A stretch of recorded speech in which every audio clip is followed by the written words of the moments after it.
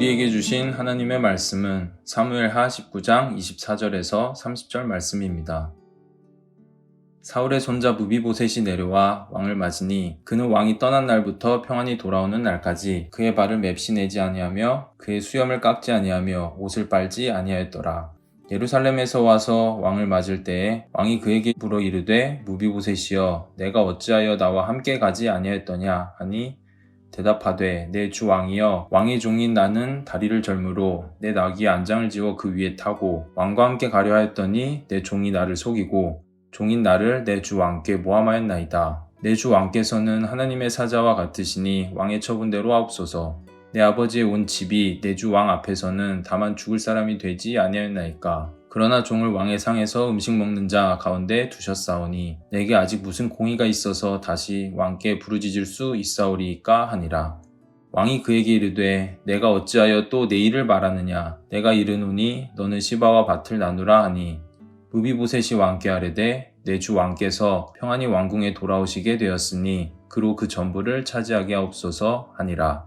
아멘. 오늘 본문에는 무비보셋이 다윗 왕을 맞이하는 장면이 나옵니다.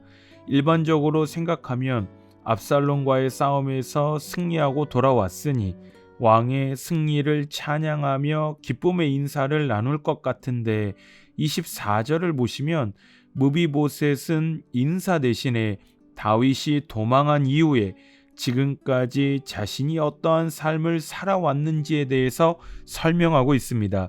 무비보셋이 말하기를 자신은 왕이 떠난 날부터 평안히 돌아오는 날까지 그의 발을 맵시 내지 아니하고 수염도 깎지 않고 옷도 빨지 않았다 라고 말합니다.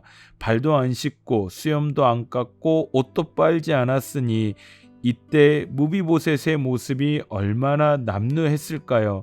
무비보셋이 이렇게 자신의 삶에 대해서 이야기하는 것은 이 사실을 통해 다윗에게 말하고 싶었던 것이 있었기 때문입니다. 다윗 왕이 도망길에 오른 이후로 자신은 단 하루도 평안한 삶을 살지 않았다라는 것을, 왕이 돌아오기 전까지 자신도 지독한 고통과 슬픔 속에서 살아왔다라는 사실을 다윗 왕에게 말하고 싶었던 겁니다. 아마도 다윗 역시 무비보셋이 하는 말을 들으며 그가 말하고자 하는 바가 무엇인지 분명히 알았을 겁니다. 그렇다면 나를 위해 마음고생 많이 했다라고, 고맙다라고 말을 하며 위로할 것 같은데 25절을 보시면 오히려 질책 섞인 질문을 다윗이 하는 것을 볼 수 있습니다. 너는 대체 내가 도망갈 때 어디 있었냐라는 것입니다. 내가 도망갈 때 너는 왜 나와 함께하지 않았냐라는 것이죠. 다윗이 압살롬의 반역으로 인해 급히 도망갈 때 당연히 무비보셋이 함께할 것이라고 믿었는데 그렇지 않았던 것입니다. 이 질문에 대해서 무비보셋은 26절과 27절을 통해 자신의 억울함을 토로합니다. 본래 자신도 다윗과 함께 가려고 했다라는 것이죠. 함께 가려고 했는데 자신이 다리를 절었기 때문에 혼자 힘으로는 갈 수 없어서 나귀를 타고 함께 가려고 했는데 자신의 종 시바가 자신을 속여서 가지 못했다라는 것입니다. 모든 것이 자신의 종 시바 때문이다라는 것이죠. 저도 계속 발음하면서 부담이 되는데 오해하지 않으실 거라 생각합니다. 종의 이름이 시바입니다. 여하튼 지금 무비보셋이 말하는 이 사건은 사무엘하 16장에 잘 나와 있습니다. 압살롬의 반역으로 인해 급하게 피신하려 할 때 다윗 왕 앞에 나타난 것은 무비보셋이 아니라 그의 종 시바였습니다. 시바는 급하게 도망가는 다윗을 위해서, 그리고 그의 동행하는 사람들을 위해서 많은 음식과 나귀를 가지고 왔는데 무비보셋은 오지도 않았던 겁니다. 그래서 다윗이 시바에게 물어보지요. 왜 너만 왔냐라고, 너의 주인 무비보셋은 어디에 있냐라고 물어봅니다. 그때 시바가 대답하기를 다윗 왕이 도망가게 되었으니 이제 이 나라는 사울 왕가의 마지막 남은 후손인 나에게 돌아올 것이다 라고 기대하며 다윗 왕에게 오지 않았다 라고 대답한 것입니다. 시바의 말이 사실인지 아닌지 시시비비를 따질 시간이 없었기에 시바의 말을 믿을 수밖에 없었던 다윗은 그의 말을 듣고 무비보셋에게 주었던 그 모든 재산을 시바에게 주어버립니다. 이러한 다윗의 결정이 어떻게 보면 좀 매몰차 보일 수도 있지만 무비보셋이 다윗에게 받은 은혜를 생각한다면 무비보셋의 행동은 참으로 괘씸하게 생각될 수밖에 없었던 것입니다. 사실 무비보셋은 다윗에게 정말 큰 은혜를 입은 사람입니다. 무비보셋은 사울 왕가의 마지막 남은 후손이었기에 다윗 왕이 통치하는 세상에서는 도망자의 삶을 살 수밖에 없었던 사람입니다. 거기에 두 다리를 저는 육체적 장애를 가지고 있었기에 그의 삶은 참으로 고통스럽고 힘겨운 삶일 수밖에 없었다라는 것이죠. 그런 그를 다윗은 요나단의 우정을 생각해 예루살렘으로 데려오고요. 극진히 보살펴 줍니다. 사무엘하 9장을 보시면 다윗 왕은 사울이 소유했던 모든 밭을 모두 무비보셋에게 돌려주고요. 심지어 다윗 왕과 함께 왕의 상에서 식탁에서 식사하는 것을 볼 수 있습니다. 왕의 식탁에서 왕과 함께 식사를 했다는 것은 단순히 밥을 같이 먹었다 정도의 의미가 아니고요. 이제 이 사람은 왕의 사람이니, 왕이 보호하는 사람이니, 내 사람이니 절대로 함부로 대하지 말라라는 상징적인 의미를 담고 있는 것입니다. 이렇게 다윗은 육체의 장애를 가지고 평생 도망자의 삶을 살 수밖에 없었던 무비보셋에게 왕의 보호 아래에서 평안하고 풍족한 삶을 살 수 있는 이 엄청나고 큰 은혜를 베푼 것입니다. 그런데 이러한 놀라운 은혜를 입은 무비보셋이 정작 자신이 가장 위태할 땐 나타나지도 않았던 것입니다. 그러니 얼마나 괘씸했을까요? 심지어 자신이 위기일 때는 보이지도 않더니 전쟁에서 승리하고 난 이때는 갑자기 나타나서 지금까지 마음고생하면서 다윗 왕이 돌아오기만을 기다렸다라고 말을 하니 다윗으로서도 참으로 혼란스러울 수밖에 없는 상황이었을 것입니다. 이러한 다윗에게 무비보셋은 27절과 28절을 통해 자신의 진심을 다시 한번 이야기합니다. 다윗 왕에게 받은 은혜가 얼마나 큰데 왕이 위급할 때 자신이 어떻게 모른 척할 수 있겠냐라고 말하는 것입니다. 왕의 식탁에서 음식을 먹을 수 있을 정도로 큰 은혜를 주셨는데 내가 어떻게 왕에게 더 이상 뭔가를 바랄 수 있냐라고 말하는 거죠. 지금 혹여나 다윗이 승리하고 난 다음에 나타난 자신을 보면서 나한테 뭐 하나 얻으러 나온 건가 보다 라고 그렇게 오해할까 봐 이 무비보셋이 이렇게 이야기하는 것입니다. 그랬더니 다윗이 말하기를 내가 어찌하여 내 일을 말하느냐라고, 한마디로 너의 상황에 대해서 더 이상 말할 필요가 없다라고 말하면서 시바와 밭을 나눠라 라고 말합니다.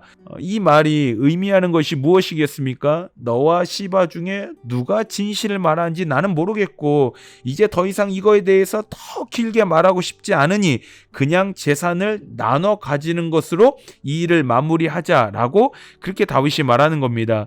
그때 무비보셋이 자신의 절절한 진심을 담아서 다시 말합니다. 30절이지요. 내 주 왕께서 평안히 왕궁에 돌아오시게 되었으니 그로 그 전부를 차지하게 하옵소서라고 대답합니다. 자신에게 시바의 재산 반을 주시지 않아도 된다라는 것이지요. 이것은 절대로 듣기 좋으라고 하는 빈말이 아닐 것입니다. 왕 앞에 하는 말인데 어떻게 헛투로 말할 수 있겠습니까? 진심인 거죠.